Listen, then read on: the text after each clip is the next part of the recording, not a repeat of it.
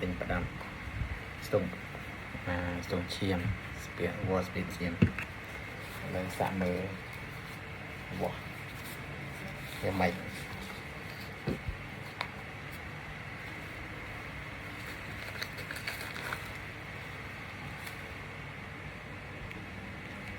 bắt đâm đấy chọn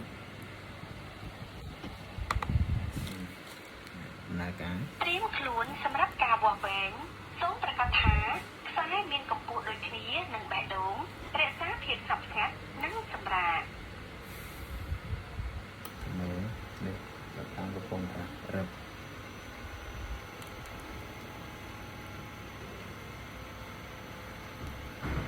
ខ្លាំង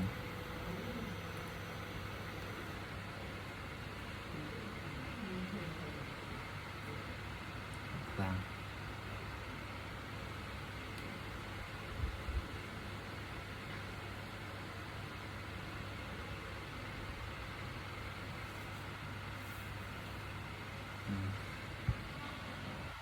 ដល់ទៅផងចេញឡើយ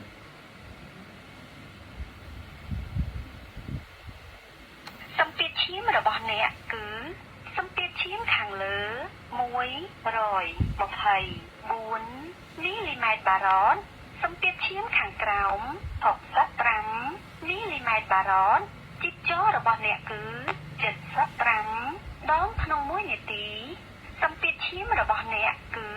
ធម្មតាចឹងធម្មតាទេអត់មានអីទេប៉ុន្តែនេះគាត់ថាសម្ពាធឈាមឯងជាមួយស្អែកតែជាតិស្ករម្ដងមានម៉ាស៊ីនតែជាតិស្ករហើយជាមួយស្អែករឹតមើលពេលព្រឹកពេលក្រោកពីដេកតែវាយ៉ាងម៉េច